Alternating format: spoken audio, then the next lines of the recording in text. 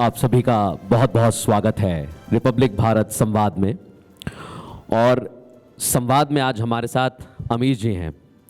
हम थोड़ी देर पहले ऑफ द रिकॉर्ड कुछ बातें कर रहे थे। अमीश जी जितने सिंपल दिखते हैं उतना ही सिंपल लिखते हैं, क्योंकि जब भी अमीश जी, सबसे पहले बहुत बहुत स्वागत है आपका रिपब्लिक भारत के। नमस्कार आप सबको।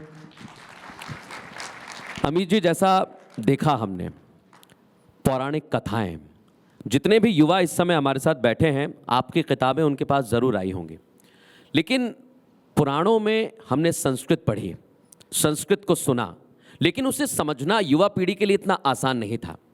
तो एक बैंकर होने के नाते आपको कब ख्याल आया कि इस संस्कृत को मैं और आसान करता हूँ, इस कहानी को युवाओं तक पहुँचाता हूँ, और वो सेतु बनने का क्षण कौन सा था, कैसा था? ये देखिए, एक विलियम शेक्सपियर करके एक लेखक थे। उनके शब्दों को थोड़ा ट्विस्ट करके मैं बोलता हूँ कि कुछ लोग ऐसे हैं कि पैदाइशी अच्छे लेखक होते हैं, कुछ लोग हैं जो बहुत परिश्रम करके लेखक बन जाते हैं, और कुछ लोग हैं जिन पर लेखन थोप दिया जाता है। वो मैं तीसरा आदमी हूँ। मैंने कभी नहीं सोचा था कि मैं लेखक बनूँगा।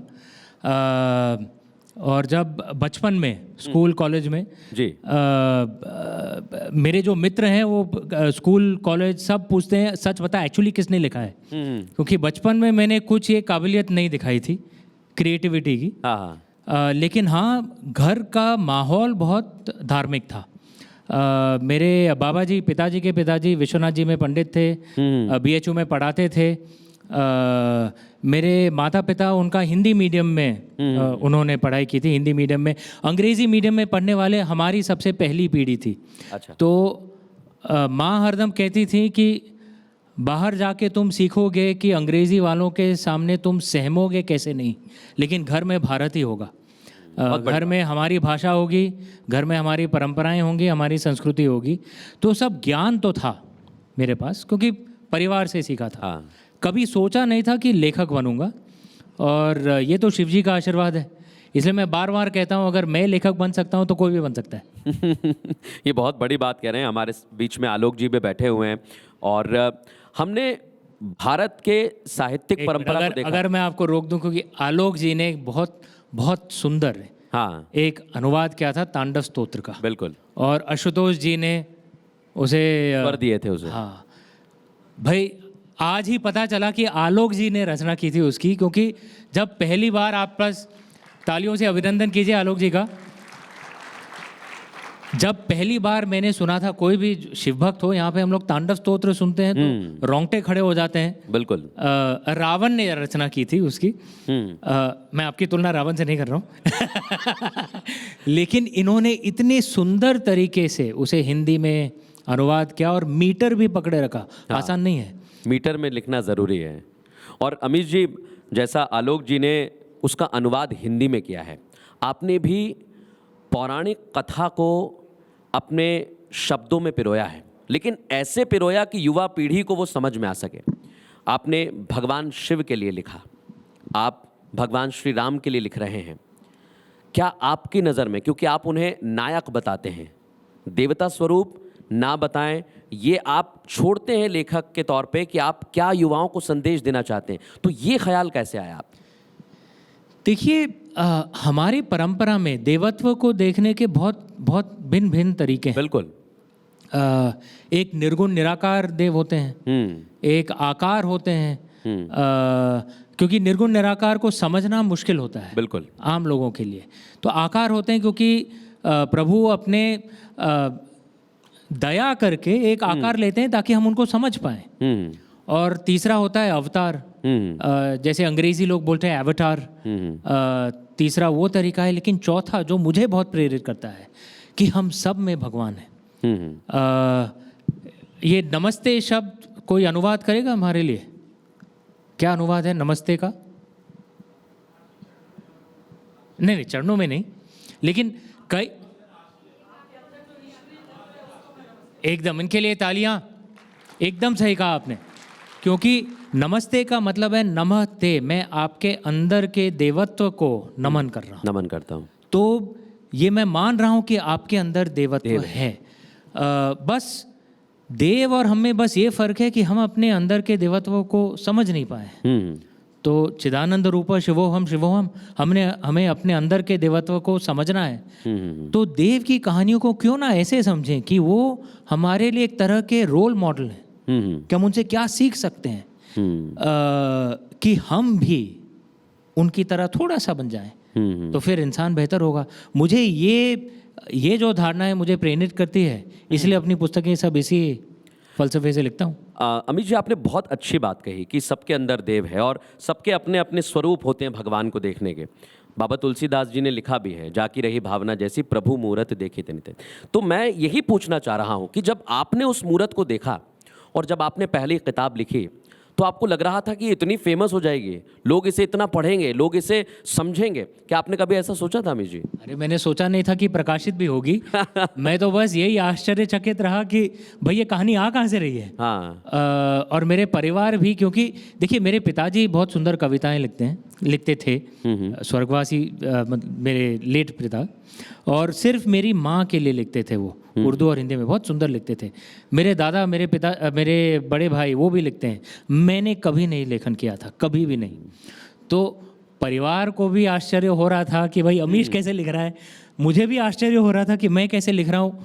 और मेरे आत्मा में ये शब्दों के रूप में नहीं आते हैं। शिव जी मुझे आशीर्वाद ऐसे भेजते हैं कि एक पैरेलल यूनिवर्स ओपन हो जाता है और मैं देखता हूँ उसे, और जो मैं देखता हूँ उसको डिस्क्राइब करता हूँ अपने शब्दों में। तो ये कहाँ से आता है मुझे आज भी समझ में नहीं आता है। मैंने 12 पुस्तकें मैंने लिख डाली है, 12वां अभी प्रकाशित होने वाली है अभी 29 अगस्त को। बहुत बहुत बधाई। 16 टाइगर्स, बहुत बहुत धन्यवाद। 12 पुस्तकें लिख चुका हूँ, आज तक मुझे समझ में नहीं। अरे बहुत बहुत धन्यवाद आपका भाई, रिपब्लिक टीवी कवर दिखा दिया आपने।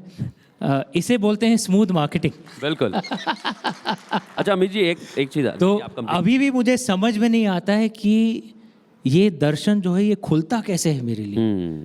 बस शिव जी का आशीर्वाद है। आपने कहा भगवान का आशीर्वाद है, लेकिन कई बार ऐसा होता है, आलोचक जो हैं, हमने तो त्रेता में भी देखे, भगवान श्री राम के भी आलोचक थे, और आज भी हम देखते हैं कलयुग में भी कई आलोचक हैं। आपकी किताबें जैसे जैसे आती हैं लोग कहते हैं भाई ये तो हिंदूवादी कवि है, ये सिर्फ हिंदू हिंदू हिंदू की बात करता है। तो अमित जी, जब लोग ऐसा बोलते हैं तो आपको क्या लगता है, आप क्या कहना चाहते हैं आज उनसे? लेकिन इसमें बुरी बात क्या है, मैं हूँ हिंदू। हाँ, जोरदार तालियां होनी चाहिए इस पर। तो और मैं आज से नहीं, मतलब मेरी पहली पुस्तक 2010 को प्रकाशित हुई थी। मुझे याद है मैं 2011 में जयपुर लिट फेस्ट गया था। और उस ज़माने में भी जब, मतलब मैं कहना नहीं चाहूँगा, 2014 के पहले भी मैंने उस मंच पर कहा था कि मैं बहुत गर्व से कहता हूँ कि मैं हिंदू हूँ। लेकिन इसका मतलब ये नहीं कि मैं किसी दूसरे पंथ की आलोचना कर रहा हूँ या उसे घृणा कर रहा हूँ, ऐसा नहीं। लेकिन भाई मैं शर्मान्वित क्यों फील करूँ कि मैं हिंदू हूँ? बिल्कुल अच्छा धर्म है। कांस्य युग के मात्र हम ही एक संस्कृति हैं जो आज भी जिंदा है। हमारे साथ जो संस्कृति और सभ्यताएं शुरू हुई थी, हमारे साथ या हमारे इर्द गिर्द, इजिप्ट, मेसोपोटामिया, सब के सब मर गए, सब ध्वस्त हो गए। बिल्कुल। सिर्फ हम आज भी जिंदा हैं। कुछ तो खास बात होगी हम में। और जो मेरे हिसाब से जो खास बात है हमारे देश में, हमारी संस्कृति में, वो है धर्म। और अगर इसे हम भूल जाएं तो हमारा देश बचेगा नहीं। तो उसमें बुरी, और मेरा मानना है कि अगर आप भारतवासी हैं, आप किसी भी पंथ को फॉलो कर रहे हो, आप धार्मिक ही हैं। तो मैं गर्व से कहता हूँ कि मैं हिंदू हूँ, लेकिन फिर मैं ये कहूँगा कि सिर्फ एक भारतीय मुसलमान हो सकता है जो कहेगा या तो मस्जिद में शराब पीने जैसा कि ऐसी जगह बता जहाँ खुदा ना हो। तो उसमें भी वो उदारवाद है। ये हमारी भारत की एक खास बात है और इसे संभाल के रखना चाहिए। और इसके मूल रूप पर ये धर्म है। और धर्म रिलीजन से परे है, रिलीजन से ऊपर है, उसे हमें समझना पड़ेगा। अच्छा, बहुत अच्छी आपने बात कही। धर्म रिलीजन से ऊपर है और वो परे है, और भारतीय संस्कृति में वो झलकता भी है। लेकिन जब आप किताब लिखते हैं, त्रेता में जैसा मैंने कहा कि भगवान श्री राम के आलोचक रहे, भगवान श्री राम ने कोई जादू या चमत्कार नहीं दिखाया। वो एक इंसान की तरह वन में गए, वो आम आदमी की तरह गए और मर्यादा पुरुषोत्तम बने। लेकिन जब हम द्वापर में जाते हैं तो भगवान श्री कृष्ण ने बचपन से ही कई सारी लीलाएं दिखाई। हम नारायण। तो आपने जब इक्ष्वाकु वंश की सोचा कि मैं इसे लिखता हूँ, तो आपने भी उसी नायक की भूमिका उन्हें दी है। तो आपको लगता है कि नायक की भूमिका युवा पीढ़ी को आसानी से समझ में आती है? वो अपने भगवान से या अपने ईश्वरत्व से उसी तरह का संवाद करना चाहता है जैसा आप लिखते हैं? ये आप एकदम सही कह रहे हैं, क्योंकि वाल्मीकि रामायण जो है उसमें दर्शाया गया है कि प्रभु श्री राम विष्णु भगवान के अवतार हैं। हाँ, लेकिन वो जीवन एक आम इंसान की तरह बिताते हैं। बिल्कुल। और क्योंकि याद रखिए, रावण ने उसको एक वर मिला था कि उसे कोई देव देवी वो सब नहीं मार पाएंगे, अगर मार पाएगा तो सिर्फ एक मनुष्य। बिल्कुल, क्योंकि रावण का ये घमंड था कि मनुष्य मुझे क्या मारेगा। हाँ, इसलिए विष्णु भगवान को मनुष्य के रूप में ही आना था ये अवतार, क्योंकि वो वर मिला था, वो वरदान मिला था रावण को। तो वाल्मीकि रामायण में श्री राम के पात्र को ऐसे दिखाया गया है। और हाँ, मेरे हिसाब से जैसे मुझे ये प्रेरित करता है, मेरे हिसाब से शायद युवा पीढ़ी को भी ये प्रेरित करता है, क्योंकि वो सोचते हैं कि सब फिर हमारे हाथ में है, हमारी किस्मत सब हमारे हाथ में है, अपना परिश्रम करो, आगे बढ़ो। तो और आज के जो एक अंग्रेजी में एक शब्द है ज़ाइटगाइस्ट, जो इस समय का जो मूड है, शायद उस समय के मूड से ये मैच भी करता है। हाँ, बाद की जो रामायण आए, कंबन रामायणम और अलग-अलग तमिल भाषाओं में था, रामायण आई। और गोस्वामी तुलसीदास जी की रामचरितमानस, हाँ, उसमें श्री राम को एकदम देवत्व दिखा दिया गया है। लेकिन वाल्मीकि रामायण में अलग था। हाँ, क्योंकि लॉजिक ये है, क्योंकि रावण को वरदान था ना कि भाई सिर्फ मनुष्य उसे मार पाएगा। बिल्कुल, आपने बहुत अच्छी बात कही। आपने कहा कि तरह तरह की रामायण आई हैं, अलग अलग भाषाओं में रामायण आई है, जिसमें रावण और राम के चरित्र को दर्शाया गया है।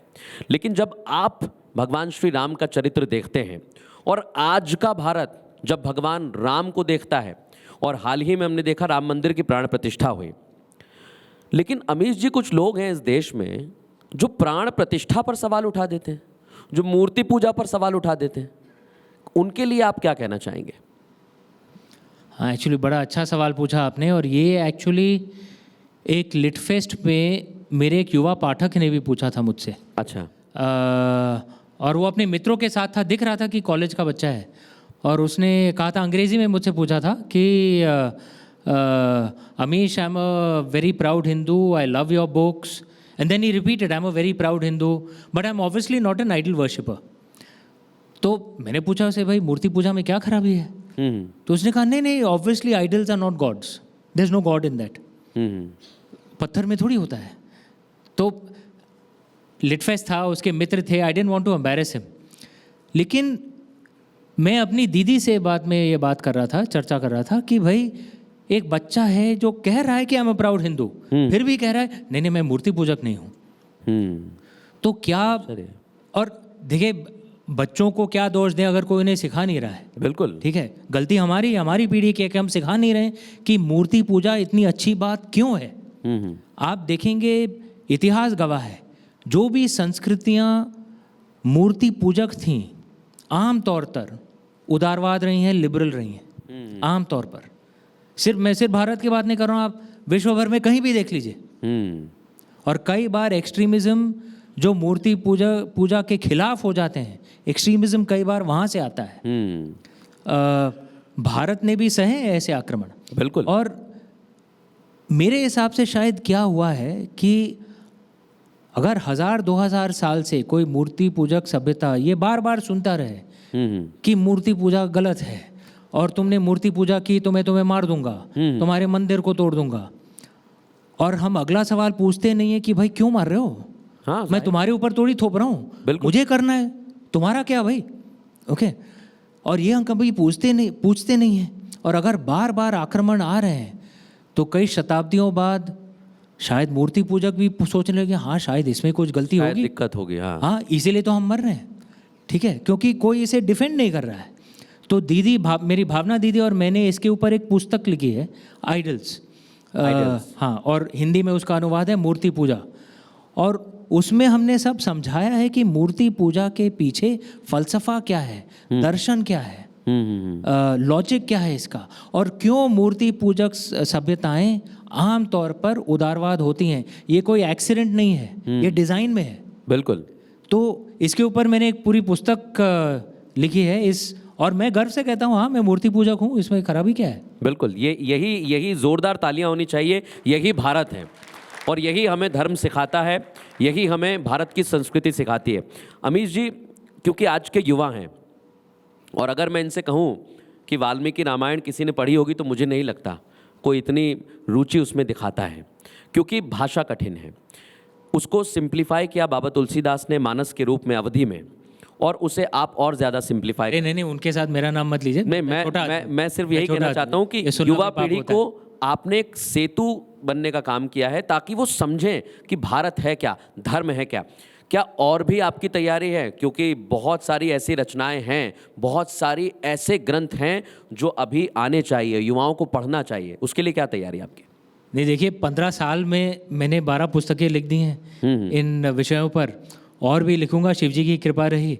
लेकिन इससे ज़्यादा रफ्तार थोड़ा कठिन होता है बच्चे की जान लोगे तो लेकिन मुझे ये अच्छी बात लग रही है मुझे कि कई और लेखक आए हैं जो इस विषय पर काम कर रहे हैं। अश्विन सांघी है, अक्षत गुप्ता है, और मैं चाहूँगा आप में से जो भी युवा जो लेखक हैं आप भी आएँ इस जगत में और हमारे प्राचीन संस्कृति को समझें, और आधुनिक तौर पर मतलब आत्मा वही प्राचीन हो, लेकिन हाँ नज़रिया या शायद वेशभूषा एक थोड़ा सा आधुनिक कर दीजिए ताकि इस नई सदी में भी वो एक तरह से एक नया संदेश ले आए जो हमें अपने जड़ों से जोड़ भी दे। तो और भी लेखक आएंगे तो अच्छी बात होगी।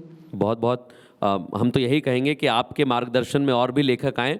अमीश जी, मैं एक और सवाल आपसे करना चाहता हूँ, क्योंकि बहुत कम लोगों को पता होगा अमीश जी भारत का प्रतिनिधित्व करते हैं विदेशों में, और हमने वो तस्वीर देखी, आपने बताया। तो जब आप बाहर जाते हैं तो आप वहाँ से कैसा भारत देखते हैं, और आप उन्हें बताते क्या हैं कि भारत ये है, ये भारतीय संस्कृति है? देखिए मृदुल जी, बहुत तेज़ी से, बहुत रफ्तार से हमारी जो छवि है वो बदल रही है। एक ज़माना था जहाँ लोगों को हमारे बारे में कुछ मालूम ही नहीं था, ज़्यादातर मैं कहूँ। जैसा मैंने एक विदेश में एक कार्यक्रम था, मैंने वहाँ पे कहा था कि you can have a good or bad image only if you have a image. मतलब आपकी छवि अच्छी या बुरी हो सकती है, अगर किसी के मन में आपकी छवि हो, छवि ही नहीं है तो फिर अच्छी बुरी क्या होगा। लेकिन पिछले 5-6 सालों में बहुत तेज़ी से बदलाव आया है, ये दिख रहा है। और देखिए एक ज़माना था जब भारत का संदेश, भारत की छवि पूरे दुनिया भर में प्रचलित थी। आप में से कोई साउथ ईस्ट एशिया गया है? इंडोनेशिया, थाईलैंड, कहीं पे वहाँ पे आपने देखा होगा गणेश जी की मूर्तियाँ दिखती हैं। हाँ। कुबेर जी की मूर्ति, कुबेर जी को तो हम लोग भारत में भूल गए हैं, वहाँ पे पूज रहे हैं अभी भी उन्हें। ये बौद्ध धर्म जो है चाइना, जापान कैसे गया?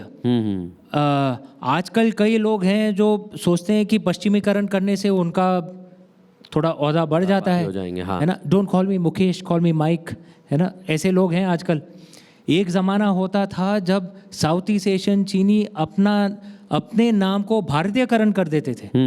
भाई उनका नाम राम, वर्मन, ये सब कैसे पड़ा? ये तो भारतीय नाम है। बिल्कुल, एक ज़माना था वो, लेकिन ये पिछले 1000 वर्ष में धीरे धीरे घटता गया। इसके क्यों घटा? हाँ। क्योंकि देखिए सॉफ्ट पावर आपके पास तभी होगा जब आपके पास हार्ड पावर होगा। जब आपके पास आर्थिक या सैन्य बल ना हो तो लोग आपकी तरफ आकर्षित क्यों होंगे? कमज़ोर इंसान के ऊपर भी कोई मतलब उसके पीछे नहीं चलता है, तो कमज़ोर देश के पीछे भी लोग नहीं चलते हैं। ये सच था, कटु सत्य है लेकिन सत्य है। और आज जैसे हमारी आर्थिक स्थिति सुधर रही है, जैसे हमने ऑपरेशन सिंदूर में अपना लोहा दिखाया, वैसे ही हमारी छवि भी बढ़ती जाएगी। Hard power is a necessary tool. उसके जैसे आचार्य चाणक्य ने भी कहा था, धर्मस्य मूलम सुखस्य मूलम धर्म, धर्मस्य मूलम अर्थः। अगर अर्थ नहीं है आपके पास, धन नहीं है आपके पास, तो बाकी सब कमज़ोर पड़ ही जाएंगे।